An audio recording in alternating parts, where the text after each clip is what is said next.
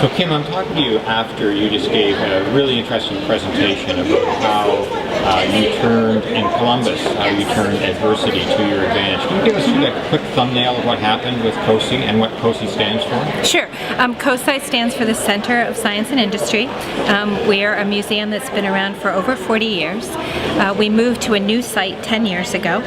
And about halfway through our time there in 2004, we decided we needed to do an operating levy because our building was very big. We had no public funding of any kind, nothing from the city, nothing from the county, nothing from the state.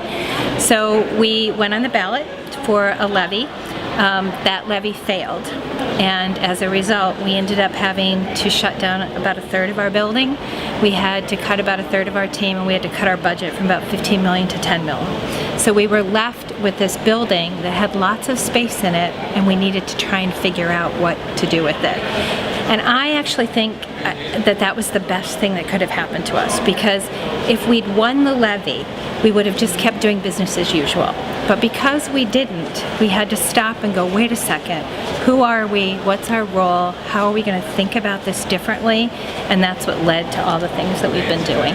Now in your talk, you talked about wanting to move from being something that's nice to go to as a necessity, and moving from being a venue to being a place in students' lives. Right. Can you talk a little about how you did that? Sure. I can give you an example. So rather than being a place where you just come for a field trip or you just come for one teacher PD, we've been partnering with Metro High School.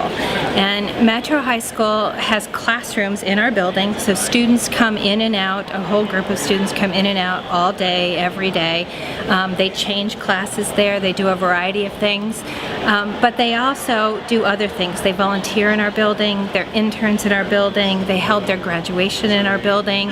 So it becomes part of their school as much as their school is part of their school. So we're a place for them, not just a venue for them to come to. And we've been trying to think about how do we do that with more districts, including some of our public school districts. So we have a partnership. Our homeschool, we have some homeschools that are coming. We have a virtual community school, so it's an online school that's in our building that we're trying to do that. There is a neighborhood in our public school system, in our Columbus City schools, that we're building a relationship so that we're going to them, they're coming to us. We have projects, they do shows with us, the families come. So we're trying to be a place for them rather than just a venue.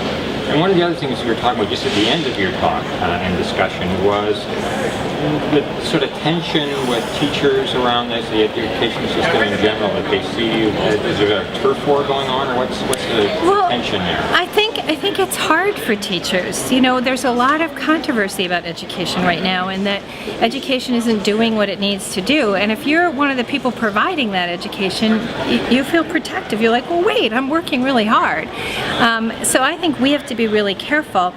And somebody at the end of my talk used that phrase, instead of being Superman, we should be the dynamic duo. I love that, because that's really what we want to do. We want to find ways to work with you. It's not that we're saying what you do is not as good as what we do.